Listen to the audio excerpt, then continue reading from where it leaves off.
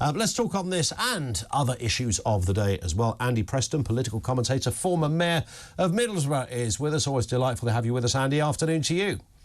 Hello, Ian. Hi. Nice to have you with us. It's interesting, just before we came on air, Alex Salmon was in the studio with Mike Graham, and I was having a chat with him during the news, and he said, it's funny, he said, I seem to be on fire now that I'm out of office, and I wish I'd said all of this when I was in office. And it was a very brutal moment of honesty. I hope I'm not betraying anything by saying that. You might have had similar thoughts sometimes, I don't know.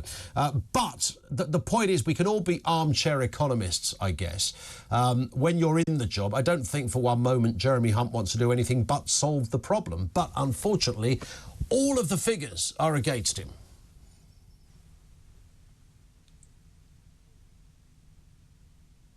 And we might have just, I think Andy on that point just froze on us. I think it might have been the mention of Alex Salmon, which he wasn't perhaps expecting at that particular moment. We think he might be back with us. Can you hear us okay now, Andy?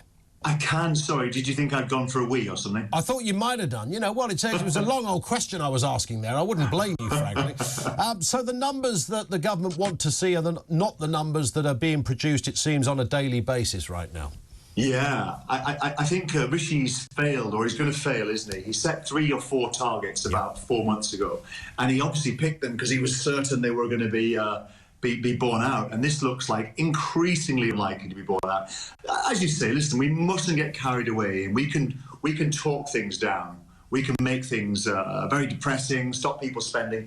But the truth is, times are really, really hard, and I think we've got a crisis coming. We've got a shortage of housing that's driven up prices, but also low interest rates have driven up prices. I think we could see a massive correction in home prices, especially in the south of England.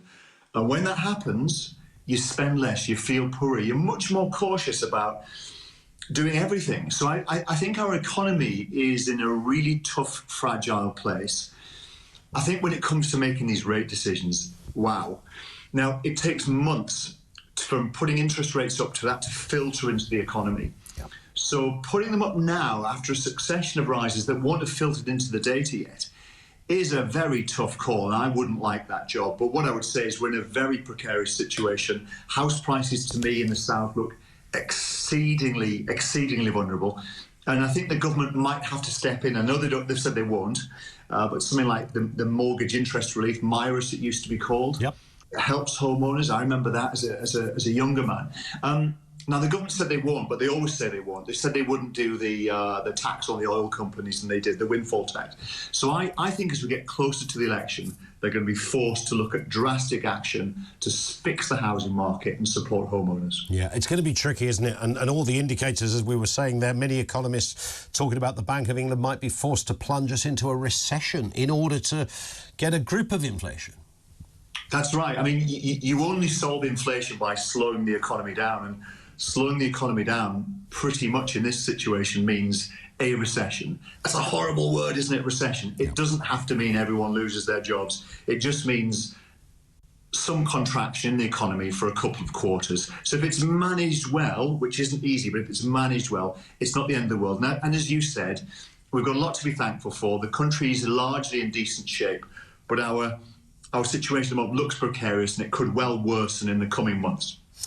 Just a word on the missing sub that we are all keeping our eye on, Andy. I mean, this is such a grim and terrifying story. That there was I don't know whether it's a scintilla of hope when there were noises that might have been picked up, possibly coming from the missing submersible. We don't fully know, but I mean, this story hasn't got long to really play out due to the fact that we know that there is a limited oxygen supply. Assuming these people are still alive, it's a very precarious situation and getting worse.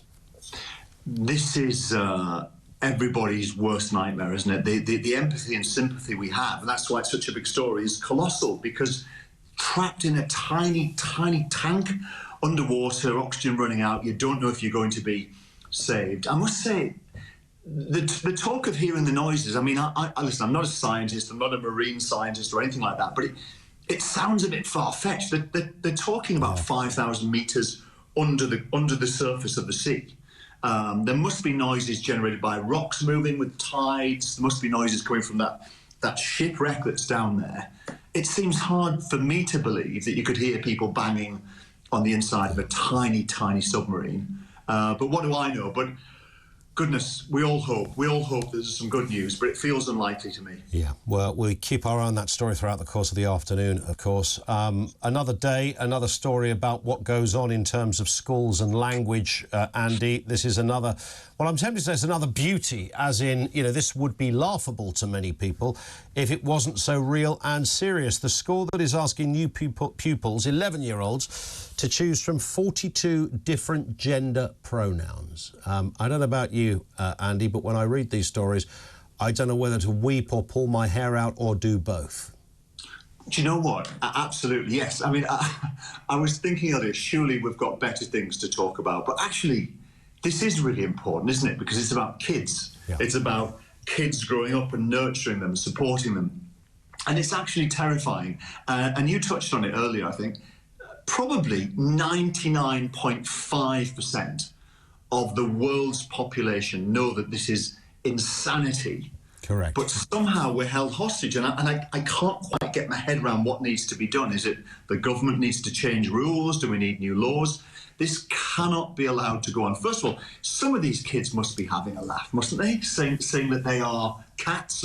Surely a lot of that is humour. Surely. You'd hope so. You hope so.